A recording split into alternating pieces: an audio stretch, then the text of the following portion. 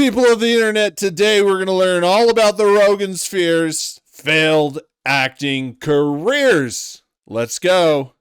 Y'all YouTubers don't appreciate how much of an art stand-up is. The comedians that Joe Rogan made famous can never have enough. These guys want more, and no amount of clout or fame seems to keep them satiated. They've all followed in Joe Rogan's footsteps, making podcasts, and one of them has even tried to become a music executive. If Brendan is busy with Tiger, then I'ma stick Brian on them. A truck guy.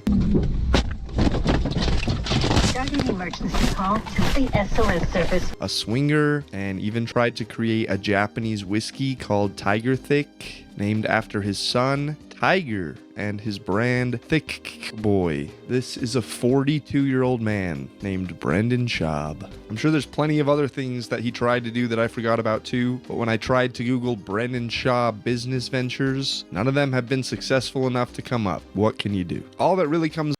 You know, with Brendan Schaub, right? I'll do some Brendan Schaub videos, and after a couple of them, the guy is just so intense and just so stupid, and he just gets himself into the worst situations, does the dumbest stuff that have flashing giant red lights saying, no, do not do, and he still does them. And after a while of like talking about him, I just get stressed out. I can't handle it. It becomes too much, and I have to just not look at him. But I have to say, after some time has passed, and you see a Brendan Schaub clip flipping a truck, you know, getting a lawsuit, you just have to laugh. Brendan Schaub has this ability, you know, to just baffle the mind. And I think this guy might have tricked us into a Rogansphere video, but really he's just going to make a big documentary on the wildlife of Brendan Schaub. But I'm glad he made me laugh once again, because I know it's time to get back into some Brendan Schaub videos. Up is his MMA career that, of course, also failed, which is when he famously misinterpreted Joe Rogan's advice. How will you think you do? I think people would be surprised. Really? Oh. You think so? Mm-hmm. I think you'd be surprised. I really do. I think he'd f*** you up. And became a comedian, leading to legitimately his biggest failure of all, stand-up comedy. Huevos rancheros. Carne asada. But this video is about more than just Brendan Schaub. Okay. The whole Rogansphere. Okay. So it's not a completely Brendan Schaub. He was thinking about it though. But the thing is, now looking back, we could really see without a shadow of a doubt, Brendan Schaub doing comedy was a massive mistake, and he never should have done it. You know, back then you could have, there's a 20% chance, whatever. But now, Brendan Schaub should have never have done it. Not for the audience, for himself.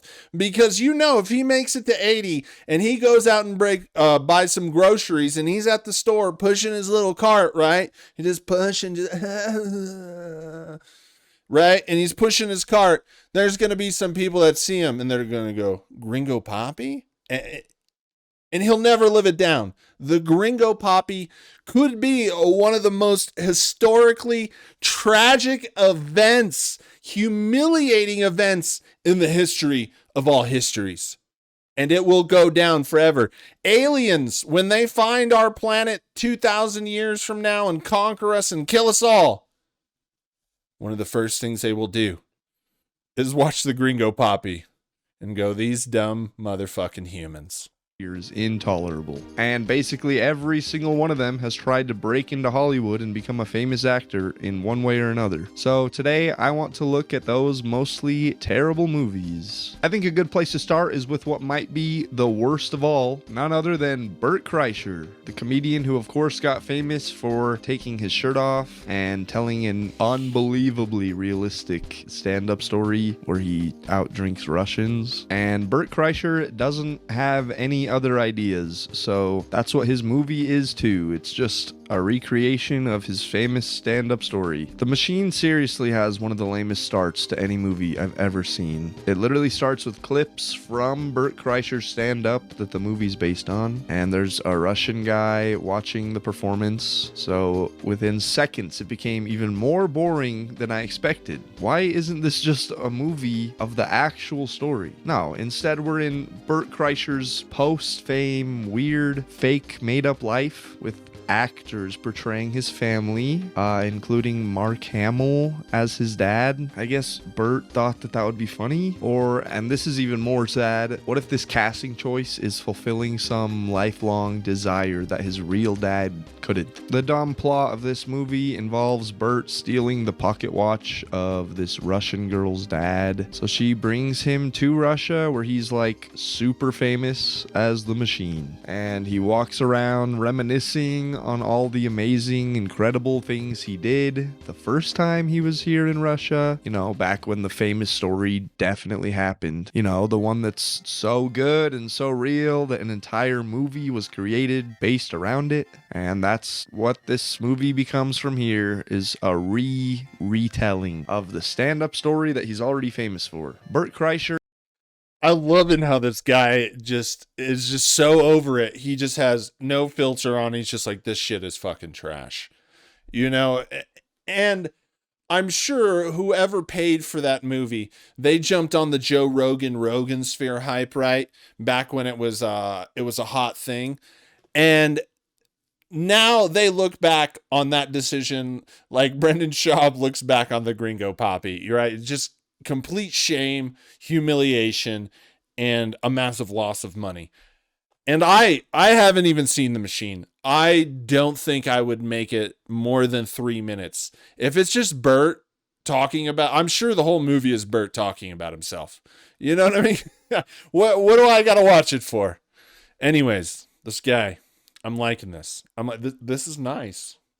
Is the one-trick pony of comedy. Mark Hamill starts doing drugs with the Russians and then kills one, so that's weird. Even I'll admit that the Machine story itself is a fairly good story. It's not funny, but it's a pretty fun story. There's a reason it alone was able to take Bert Kreischer of all people so far. But for some reason, The Machine, the movie, is just under 2 hours long, when even Bert's original story shouldn't have been made that long. Thank God, at least this is all Bert Kreischer has done movie-wise. So let's go ahead and just move on to his best friend, Tom Segura. Tom Segura might have been the most successful out of all of Joe Rogan's little underlings. And by the way, in case you didn't know, these guys used to call themselves the Death Squad. They're all like 40 and 50 years old. I want to start with this horror movie he's in called The Countdown. So this movie starts with these teens at a party, and they all find and download this app with a countdown timer to when they die. So of course, one of the girls' timer is 3 hours from now. I was really hoping her timer was going to be like 20 seconds and something crazy was immediately going to start happening. That would have been way more fun. But yeah, her timer's 3 hours and no one takes it serious except her. And after the party, her boyfriend drives home drunk, so she's scared that that's how she's going to get killed. And then he leaves without her.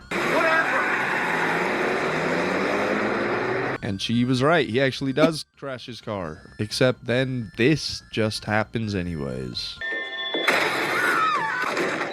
So then the rest of the movie is... What did that to her? And what is Tom's role? I didn't know about this movie. But what is Tom? Is he the killer? He has to be the killer. I swear to God, Tom is flashing giant signs that say, I kill people, allegedly. I kill people in giant red letters, and everyone's ignoring it. He literally does a role. He's a killer. He does a comedy stand-up special. He talks about killing. He does a TV show. Killer. It's all about killing. When are we going to catch on that Tom is dangerous people? Is anybody listening to this? Is just other people downloading the app, and all of their death timers are within a few hours or days, and there's nothing interesting about it except for Axel from the middle and also this girl from Internet Icon. Does anyone remember that show? Internet Icon. No.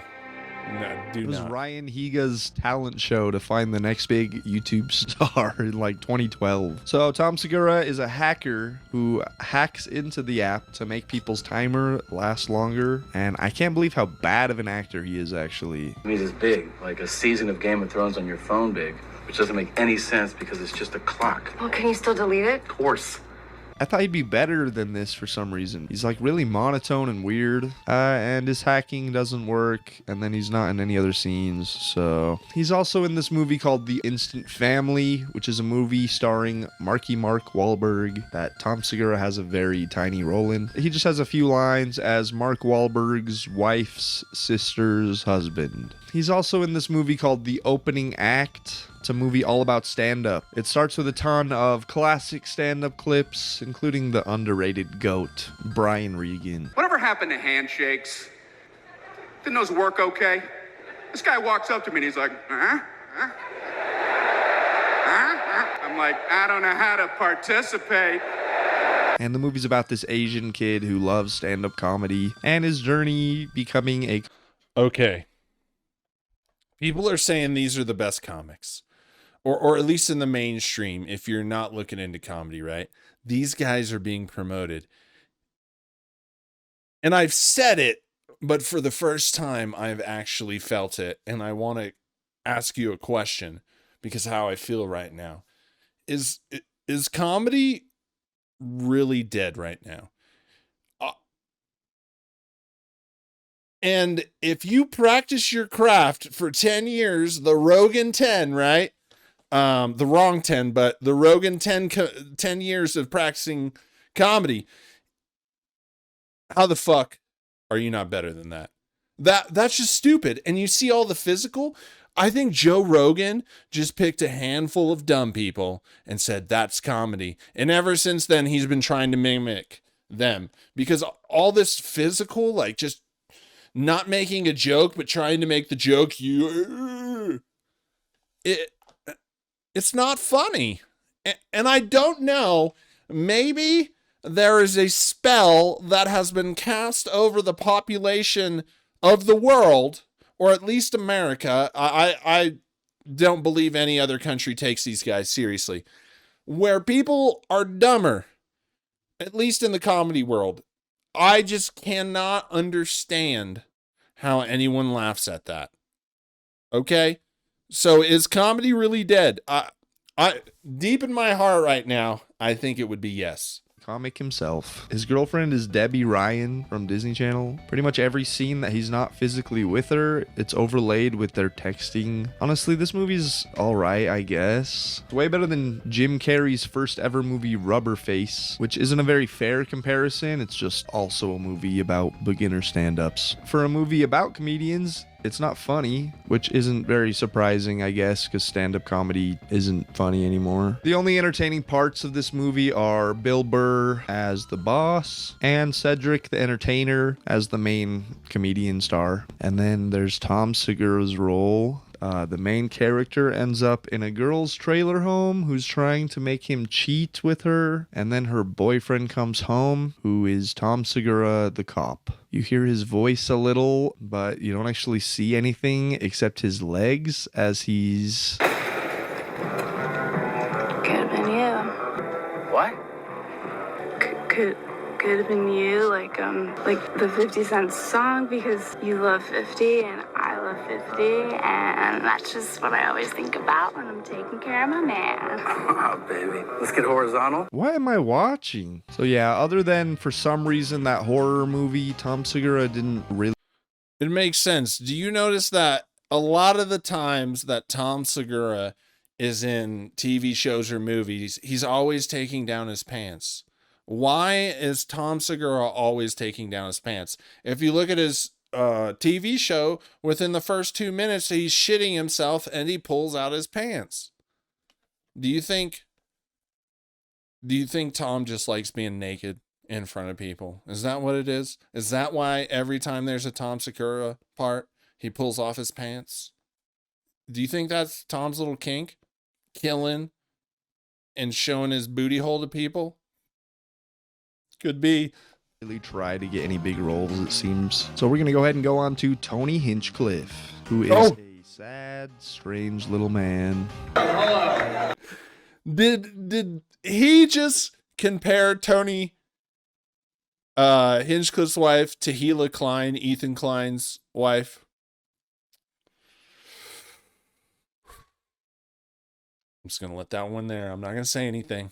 Come on one more time for the filthy little shit that was just there it is. Racism. Rat boy has made it so far, convincing people that he's funny. Luckily, he's only attempted to be in one movie, 2 Minutes of Fame, another stand-up comedian movie. But this one's a lot more enjoyable. Actually, I kind of like this movie. And surprise, surprise, it has nothing to do with Tony Hinchcliffe. He only has one scene in the movie too, but all the other actors are pretty entertaining, especially Cat Williams, a real comedian. That was a real joke crafted by a real comedian. Did you see Cat Williams never mentioned being in a movie with Tony Hinchcliffe? I tell you, and you notice a theme here. All these people want to be in movies about comedy to let everybody know that they're experts in comedy. How about you do comedy and people go, oh, he's one of the greatest comedians. No, that's the thing with the Rogansphere. They don't stand on the merit of their comedy. They try to put out words and dupe people. It's like when, you know, like say you're back in high school and this guy, his whole personality is playing guitar, right? And you see him play guitar finally, and he's absolute shit, and you realize he's just a mouth, right? That is the Rogansphere. They are just trying to make everybody believe that they're real comedians, but every time that special drops, it ain't so fucking special. And that's the difference. Who's kind of the villain of the movie. I don't know who this Jay Farrow guy is, but he's really good at impressions. You do your little lazy Jay-Z impression. And the plot of this movie is him getting a YouTube viral hit comedy video roasting this made-up comedian played by Cat Williams. And this video wins him a spot at the Laugh Factory. Tony Hinchcliffe's role is as a racist TV executive who turns Cat Williams into a crow with jewelry on named Jim Crow. My God. I assume this is a Chappelle Show reference. Did we even have to ask? Tony and racism is like peanut butter and jelly between a sandwich bread. It is just, it is what it is. We should have known. You know, isn't that funny that the only role Tony Hinchcliffe did in a movie, he was a racist? Holy shit. So this isn't like a great movie, but if there's one I'm talking about today that you probably haven't heard of that I'd want to recommend, it's this one for sure. This movie actually also starts out with the Orange President golfing, played by Coach Tugnut from Even Stevens. My baby mama's been tripping. Who, Shanika? She was tripping? I don't know why the actors from the Disney Channel seem to end up in the most random places, but my brain will never not notice it. I watched way too much Disney Channel as a kid, and Nickelodeon too. Alright, let's go ahead and move on to Theo Von, the man with the wooden shirt. Yeah, that's nice. He's the only one of these comedians currently on an upward trajectory. And he's in Sweet Dreams, a Johnny Knoxville movie. Johnny Knoxville is struggling with addiction and gets put into a rehab home where Theo Von is also a member, as well as Bobby Lee. There's a bunch more of these guys as well. I kind of assume they're also famous, but I don't recognize anyone else except for Shakewell, who's a rapper with a fire song I used to listen to. First thing first, I'm a trapper rapping second. Yeah, so they all bond. You know, the funny thing is this popped up, I don't know, on one of the apps, and I actually watched 10 minutes, and I sat there and I saw Bobby Lee and Theo Von, and I don't even really know if I thought anything, but I definitely went, that's interesting. You know, one of those movies where you don't get good actors, you just get your comedian friends. And Theo Von was not as stellar as you would expect. over this baseball team that they star as they're working on getting sober together. The idea for the story is really sweet, but what should be touching just kind of tries to pull at the heartstrings and ends up feeling pretty annoying. It's seriously just constant new plot points and sad backstories to try to make you feel bad for the characters and the situations they're in all movie long. And Theo Von, who's like the crazy white trash problem child of the group. Honestly, this movie feels like rehab cheaper by the dozen. And the best thing about this movie to me was D Squiz, who's a famous DJ played by Anderson .Paak. Theo Von was also in Inappropriate Comedy, a really weird and bad spoof movie, also starring Ari Shaffir. Do y'all know about Anderson .Paak? Oh, seeing him just remind me. I remember one of the first times I saw him was on Tiny Desk. His first thing on Tiny Desk. And I just thought, man, I was really into Anderson .Paak. He was just playing the drums and singing like that. I was just like, man, he had so much like the groove and just everything. Anderson .Paak, man, his first record when he came out swinging.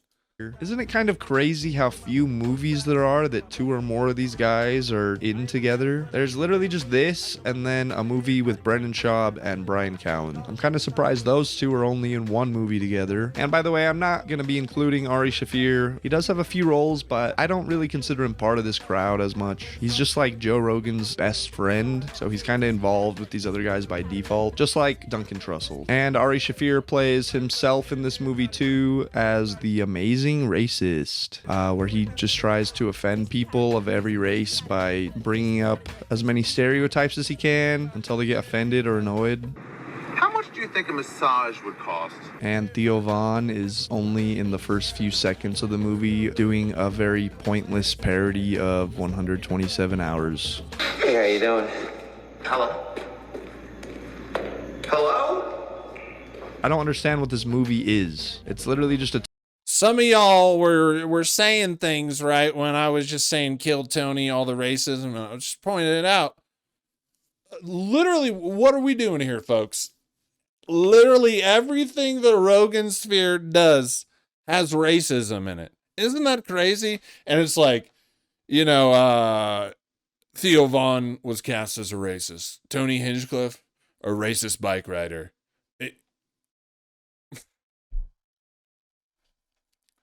I think sometimes it's right before our eyes and we know, but we're just not focusing in on what's in front of us. We just keep looking around and it's right there.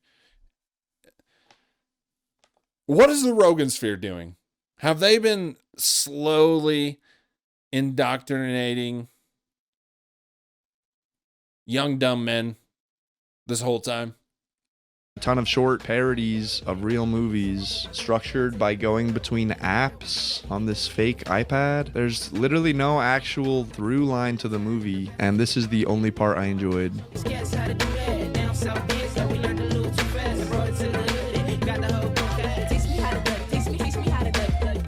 Yeah, this really is just a bunch of unfunny sketches, not a movie. And Lindsay Lohan is also in it for some reason. It still blows my mind that Theo Von found himself stuck in Brendan Schaub's weird failing podcast bubble for a couple of years. I think at the time, everyone but Theo Von knew that he was better than just being Brendan Schaub's co-host. So speaking of him, on to the man, the myth, the boppa, Brendan Schaub. This is a dude who has surprisingly little awareness of what he's doing. He's also a habitual liar. It's just never-ending made-up nonsense out of his mouth at all times. He manipulates everyone around him, I don't think even out of malice, but just out of pure stupidity. And he's the most entertaining person on this list by far, for reasons that he will never be able to understand. So Brandon is in this movie Film Fest, about film students in competition at a film festival. It's kind of cute. There's this weird subplot with a fake Swedish guy. But yeah, Brendan in this movie is Blade, the town drunk. Basically, the main character's at a bar and is getting hit on by this woman that Blade likes a little too much. So he does the classic abusive ex-boyfriend thing, even though he's not even an ex-boyfriend, just a creepy drunk dude. So Brendan Schaub was also in The Tax Collector with George Lopez and Shia LaBeouf. I want to talk about Brandon himself more than I do his movies. Like, for example, how I mean, the Rogansphere, they just all play themselves in movies.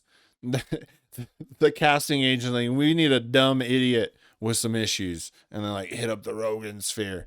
And I thought Brian Callen was in a movie. Isn't he in all of them cuck movies where he sits in the chair in the corner and cry jerks himself off? I could have sworn. how he'd make fun of his podcast co-host Brian Callen, who, by the way, got way closer to movie success and fame than anyone else in the spoke too soon. But yeah, Brandon would make fun of him for having a tiny role in The Joker in 2019, just for him to have a way more useless role in a movie that no one's ever even heard of a year later. Let me show you his minuscule role in this scene. Take a look for yourself. Did you see him? You probably missed him. Let me go back. Yeah, no wonder you missed him. Everyone missed him. He was clearly left out or taken out of most of these scenes on purpose. Look at the one shot of him that they felt they had to include and how fast they cut away. Probably before you don't notice this stupid face he's making. Also, his name in the movie is Fat Patrick. There's obviously not a way to even know that without... Why is that not his nickname? Why can we bring Fat Patrick back? I think Fat Patrick is a great nickname for Brendan. It just fits, right? It brings a little joy to yourself. Imagine instead of saying Bappa, and hey, there goes Fat Patrick. It just feels better. It feels better when it comes off the tongue, you know? Looking at the credits, but it's just so funny, especially because Fat Patrick has also been in another movie, and I mean that literally. For some reason, he's also cast as Fat Patrick in this movie that came out 5 years later. It's like he wouldn't accept the role unless they let his character be called Fat Patrick. Is that the fighter and the kid joined the military? Look at those guys. Man, Brendan Schaub, you gotta say, for such a giant fuck up, he sure has been given plenty of opportunity to not be a fuck up. I'm like, honestly, this is almost too much Brendan Schaub for me right now. You know what I said in the beginning? It's just a painful experience because I'm beyond the laughing phase with Brendan Schaub. Sure, after a break, a nice little clip, you get a laugh. But once you start to just see stuff of Brendan Schaub, it's just painful. And I don't like feeling that pain, even if it's not me. I do not like feeling that pain. And it's just giving me a sour taste in my stomach. You know, it's just... I can't, man. That guy has just dicked up so many times. It's insane. Oh, you can't write stuff that's funnier than Brendan Schaub's reality. By the way, I do think this is actually just a joke someone made on Wikipedia, but I don't care. It's been making me laugh so much. Plus, he just looks like... he just looks so much like a Fat Patrick. Oh, yeah, he's in this movie with Brian Callen. And again, Brian has a bigger role than Brendan has, even in the movie they're in together. The movie's called Range 15. All I have to say about it is it's exactly the type of movie I imagine Brendan Schaub loving. It's basically an Tim Kennedy comedy zombie movie, which sounds a lot worse than it is, I'll be honest. It's a pretty inoffensive movie. I guess it's a little more like a Dan Bilzerian zombie movie. Does anyone remember that guy anymore? On to Brian Callen himself. He's in Dude, Tim Kennedy is the absolute worst. Despite all the lying scandal and everything, that guy is just fucking obnoxious. It's just like, take a fucking chill pill, dude. Not everything is violence and yelling at people and screaming on your fucking Instagram reels and then writing shitty ass books. Just chill out. Chill out. I just can't stand that guy. Along a Kevin Hart and Ice Cube buddy cop movie, and that's all you really need to know exactly how this movie goes. There's this one line that I laughed pretty hard at though. Hey, Kevin Hart is a new policeman and becomes partners with Ice Cube. And there's another cop duo that's Brian Callen and John Leguizamo. He's always dope. The only kind of fun part of the movie is the ending, where it's revealed that Brian Callen and John Leguizamo are actually part of a cartel and set up Ice Cube for like the dumbest, most unrealistic scene I've ever seen. But it's hard to care when it's the only fun part of the movie where I was interested. I hate Brian Callen more than maybe any other Rogansphere comedian, and I wanted to talk about how bad his acting is, but it's honestly not, especially compared to everyone else. He's definitely best remembered for being in The Hangover, which is like obviously the best movie here, I think. For some reason, I could have sworn Brian Callen was also in Adam Sandler's Zohan. I can't remember the full title right now. It's like The Legend of Zohan or Return of Zohan. I don't know. It doesn't matter. Did you throw this shoe at me, my friend? But I guess I just thought that because of whatever act. Zohan was an awesome movie.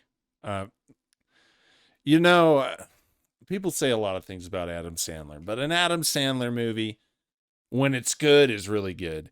And even when it's bad, it's still just kind of like, yeah, that was an Adam Sandler movie. I'm not going to say it was a waste of time. Accent he's doing in the Hangover movies. I don't know what he's trying to be, but in the first one, he keeps talking about baklava. What are you doing? Bring my friend some tea, some baklava, huh? Come on. Unbelievable, man. So I guess he's Turkish. Who knows why he even felt the need to do an accent. And then in the second Hangover, he's Samir, a different character with the same accent. Oh, Paul Giamatti is also in the second Hangover. Legit, probably the greatest actor ever. Any movie Paul Giamatti is in automatically goes up an entire letter grade. But Brian Callen is in a ton of other movies too, like way too many, and I don't want to keep talking about this toehold. Actually, the next... Do you remember Paul Giamatti made that movie about wine, and it's like this cult classic in wine, like everybody loves that movie. I saw a little bit of it. I don't know if it was on a plane or something, and I saw a little bit of it, and fucking movie, man, it's terrible. It's just so pretentious and terrible. Hey, look, Infinite Jest. You know, if you don't know what Infinite Jest is, do you read books? And look, he has Palahniuk up there, and then he has Christopher, I think it's Rushini. Those are great fantasy books, like some of the best fantasy books. Empire of Silence, some of the best fantasy books, but the guy's a little douche. I bought a collector's edition, like the best version you can have of his first book, first printing, when he was doing these signed copies with these exclusive covers, and I bought it. It took a motherfucking year. And then I went on his YouTube to say, yo, dog, if it's taking a year to get a book printed, you're doing something wrong. Stop blaming other people. Stop blaming other people. And he came back with some sass. He's a little short guy, that not a good looking short guy. Just exactly what you're probably thinking. And he gave me attitude, and I paid something like $500-600 for that book. And I was like, I bought multiple copies because I thought this was some of the best science fiction, and it is, but I haven't even been able to read any more of his books. And I think I read up until the sixth one. I think there's 5 or 6. I think there's more now, but I can't with that dude. He made me wait a year for a Kickstarter project, a year, and he kept making excuses. He was saying, oh, we didn't go to the printer. It didn't go to the printer. The printer is, he got a big Brandon Sanderson order, and he has to do it. Then why are you using that guy? Get a motherfucking different printer. Anyways, books are good. I have a lot of these books. I like this guy, Stephen King. Man, I've read most all of Stephen King's books up until like the mid 2000s, and then I just haven't. Anyways, he's got Patrick Rothfuss. If you like fantasy, if Patrick Rothfuss would fucking finish this series that's been going on since I think I was in my 20s already, but the books are great. Anyways, this is a thing, you know. I'm going to stop looking at the books, or I could Few people I'm going to be talking about are in way too many movies, except for Eric Griffin, another Brendan Schaub co-host who isn't even relevant enough to be worth talking about. Him and Chris D'Elia do the Golden Hour podcast with Brendan. I'm not going to talk about Chris D'Elia either because he's an evil guy and doesn't deserve it. Oh, really, dude? Plus, I really don't want to have to choose between these movies, even though I am kind of curious about him being cast as Snow White. But I will say I'm pretty... Did you see one of the movies is Flock of Dudes? Okay. The Rogansphere, whatever they create is just a reflection of who they are.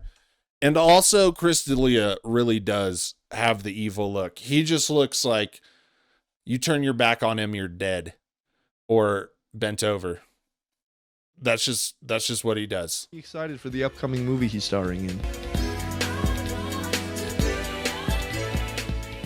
Alright, Joey Diaz has been in a ton of movies. They were all way before Joe Rogan podcast, but I do want to talk about Spider-Man 2 because it's hilarious he's in it. If you want to get to him, you got to go through me.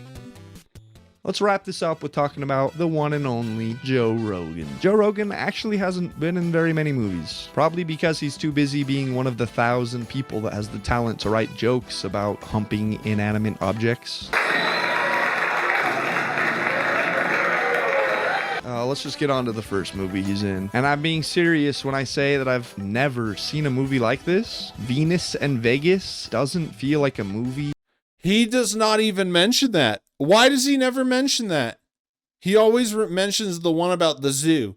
But this is the first time I'm hearing about this movie. And is this Clueless? It feels more like a bad sitcom episode, but it's also like seeing a random episode in the middle of season 5. Clueless. It feels like we're supposed to already know all these characters. Bill Maher? Bill Maher actually kissing a woman? He's not hating himself and repelling any kind of female attention? Well, he was like, that was the Bill Maher kiss. He's exactly what he thought. Just a fucking... He is the dead fish of the man world. Rogan's character is this weirdo at a strip club. I actually feel like Joe Rogan himself must have written his own dialogue because it sounds way too much like the way Joe Rogan always speaks when he's trying to be funny. Crazy chemicals that your brain puts out because you want to mate, you want to breathe. Why do you think it feels better when you come inside? Because that's how you fucking babies do. If it felt just... Is he talking about... I'm expecting the next part is how he wants to be a woman so someone could come inside him. I don't know. I just got a hunch that he might be into that. It's good to jerk off on a chick's back. Everybody would just be jerking off on chicks' backs. Thought about this a lot, I see. But he's also in Zookeeper, a Kevin Smith movie that's pretty much just live action Madagascar, where instead of the animals leaving the zoo, it's the zookeeper Kevin Smith leaving and the animals trying to save him. I thought this movie was very unfunny, but my girlfriend laughed more at this than some of my favorite funny movies I'd shown her. So hey, what do I know? And Joe Rogan is like the cool guy ex-boyfriend of Kevin Smith's ex-girlfriend. I don't get it. This role doesn't suit Joe Rogan at all, but he's an alright enough actor. Do you notice the camera is slightly up on Joe Rogan? That way you don't see the height discrepancy. Do you see it? Like the camera is not slide on. It's tilted at a slight angle. So you can't see it. It just appears that they're the same height. I mean, people have been compensating for Rogan about just as much as he has to compensate for himself. I think he could have been in more movies and probably bigger movies if he wanted to, but I don't think he does. Well, that's about it for the Rogansphere or Boppaverse going Hollywood. If you want to help this video spread around, go ahead and help me out by liking it and subscribe if you want to see my future videos. Almost everyone I talked about has been cast in other roles too, but like always as themselves, just being the movie's stand-up comedian or whatever, so I'm just not interested in that. Besides that though, I did talk about almost every movie any of them ever tried to be a part of, except Brian Callen, Chris D'Elia, and Joey Diaz, and most of them have also been in TV shows, so I'm probably missing some relevant and otherwise funny stuff there. Thanks for watching. This might be the most fun I've had making any video so far, so I really hope you enjoyed yourself. Y'all YouTubers That was a good one. I mean, that was a feel good one, right? We've been talking about some serious shit the last couple of days, and that was a feel good. We just needed that break. And whenever you want to look at something stupid and just chuckle, the Rogansphere is always there to provide that laugh. Let me know what you think in the comments. Peace. Don't stay.